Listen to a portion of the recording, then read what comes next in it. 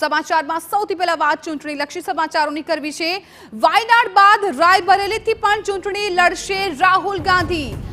રાયબરેલીમાં રાહુલ ગાંધી સામે ભાજપના દિનેશ પ્રતાપનો જંગ। રાયબરેલી બેઠક કોંગ્રેસનો ગઢ માનવામાં આવે છે। સોનિયા ગાંધીની જગ્યાએ રાહુલ ગાંધી રાયબરેલીથી ચૂંટણી લડવાના છે। 2004 થી લઈને 2019 સુધી રાયબરેલીથી ચૂંટણી લડી જીત્યા હતા સોનિયા ગાંધી અને હવે એ જ સીટ પરથી રાહુલ ગાંધી ચૂંટણી લડશે। અમેઠીથી કેએલ શર્મા કોંગ્રેસના ઉમેદવાર બન્યા છે। અમેઠીમાં ભાજપના સ્મૃતિ ઈરાનીનો જંગ કોંગ્રેસના કેએલ શર્મા સાથે રહેવાનો છે અને આ સાથે જ મહત્વપૂર્ણ સમાચાર એ છે કે પ્રિયંકા ગાંધી લોકસભા ચૂંટણી નથી લડવાના। રાયબરેલી અને અમેઠીમાં પ્રચાર કરશે પ્રિયંકા ગાંધી।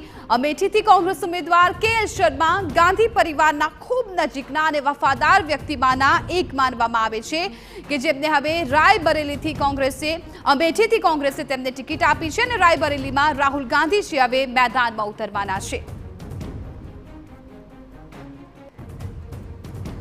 તો ચર્ચાઓ ચાલી રહી હતી કે અમેઠી અને રાયબરેલીમાંથી કોંગ્રેસ કોને ઉમેદવાર તરીકે જાહેર કરે છે। પ્રિયંકા ગાંધી અને રાહુલ ગાંધી આ બંનેના નામ ચર્ચામાં હતા પરંતુ આખરે હવે જાહેરાત થઈ ગઈ છે કે રાયબરેલીથી હવે રાહુલ ગાંધી છે ચૂંટણી લડવાના છે। મહત્વપૂર્ણ છે કે ગત લોકસભાની ચૂંટણીમાં રાહુલ ગાંધીએ અમેઠીથી ચૂંટણી લડી હતી પરંતુ ત્યાં સ્મૃતિ ઈરાનીએ તેમને હાર આપી અને હવે આ વખતે તેઓ રાયબરેલીથી ચૂંટણી લડવાના છે।